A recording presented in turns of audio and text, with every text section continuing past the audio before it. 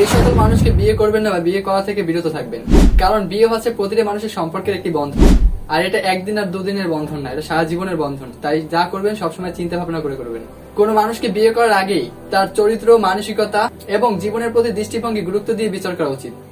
এমন কিছু চারিত্রিক বৈশিষ্ট্য রয়েছে যা আজ করতে পারলেই বিবাহের ক্ষেত্রে সতর্কতা অবলম্বন করুন। প্রথমেই, যে ব্যক্তি বারবার মিথ্যা বলে এবং কথা ও কাজে অমিল রাখে তাকে বিয়ে করা থেকে সাবধান থাকুন। বিশ্বাসী হলো সম্পর্কের ভিত্তি। ক্রমাগত যে মিথ্যা বলে তার প্রতি কতটুকু বিশ্বাস ধরে রাখা যায়।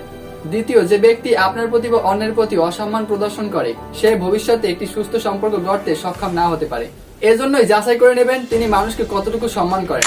তৃতীয়ত, যে ব্যক্তি ছোটখাটো বিষয়ে ক্রমাগত রাগ দেখায় বা হিংসাত্মক আচরণ করে তার সাথে সম্পর্ক টিকিয়ে রাখা আপনার জন্য কঠিন হতে পারে। কথা আছে, রাগী মানুষের মন ভালো হয়। এর মতো ফালতু কথা পৃথিবীতে নাই। বদরাগী মানুষের সাথে কখনোই সম্পর্কে জড়াবেন না। চতুর্থ,